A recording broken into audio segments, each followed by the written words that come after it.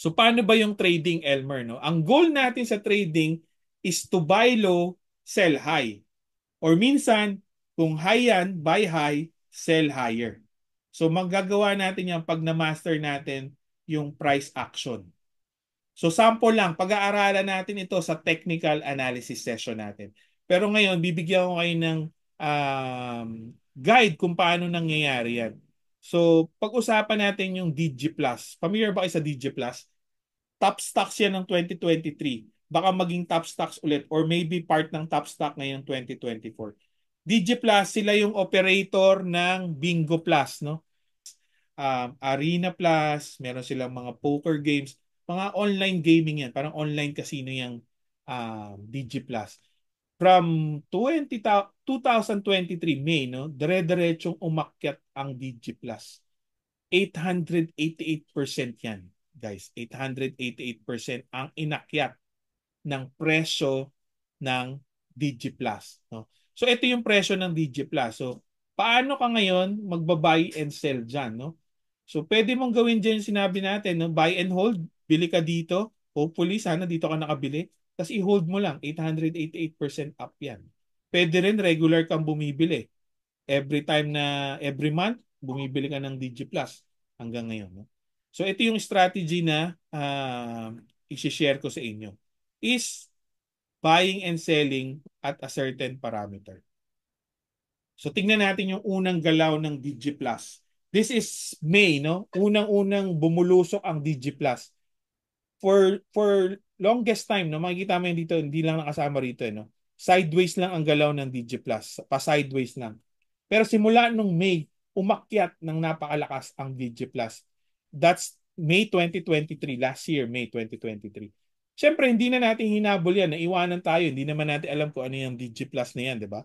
Pero umakyat ng napakalakas, no? So, hindi na naiwanan tayo ng DigiPlus, di ba? Umakyat yan. Pero nung nagsimula siyang bumagsak, no, bumaba, nag-Fibonacci tayo. Ang tawag dito, Fibonacci. So, we draw the line. Pagka-draw ng line, magkakaroon na ng mga guhit-guhit yan. Yung mga horizontal line na yan, magkakaroon.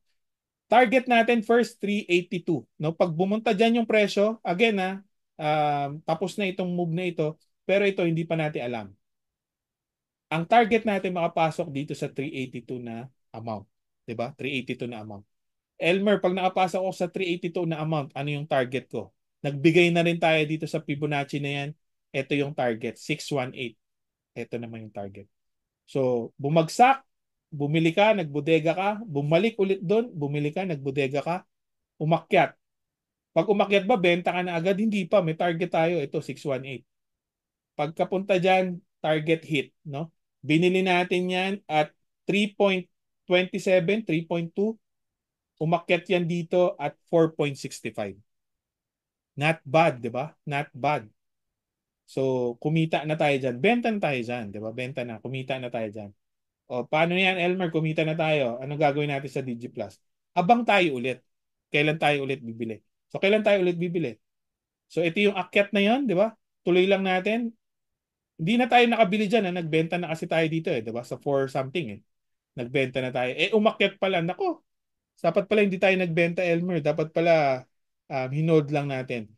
Kung natatandaan niyo yung top slice kanina, yun yung dapat ginawa, top slice. Huwag mo ibenta lahat, kalahati lang ibenta mo. Para umakyat na naman sila, kumikita yung kalahati mo.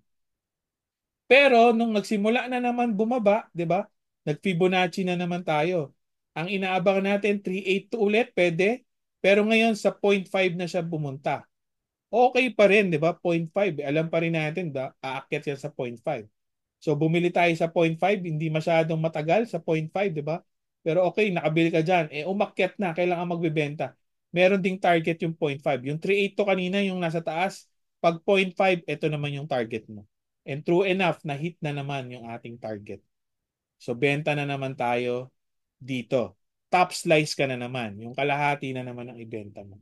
So kumikita yung mula sa unahan mo hanggang ngayon pero nadagdagan ka ng kita rito. So ano gagawin? Abang na naman tayo ulit. So dito yung kanina, dito yung benta natin kanina, umakyat na naman, no? Hindi na naman natin nasakyan yan. Pero meron tayo yung kalahati pa rin nakasakay dyan. Pero pagpunta dyan, bumagsak na naman. Ngayon medyo malalim na. 618 na bumagsak. Pasok pa rin yan dahil black lahat yan. Pag pumunta dyan sa presyo na yan, bibili natin. So, pumasok dyan, no? Nakabili tayo. Medyo matagal-tagal siya dyan sa presyo na yan. So, nakabili tayo, umakyat na, ito na yung target natin. Hindi na yung mataas na target kanina, dito lang, okay na. Benta na. Benta na tayo. Actually, lumagpas pa nga, benta na. Top slice ka na naman, kalahati na naman. Abang na naman tayo ulit. Umakyat na naman ulit, di ba?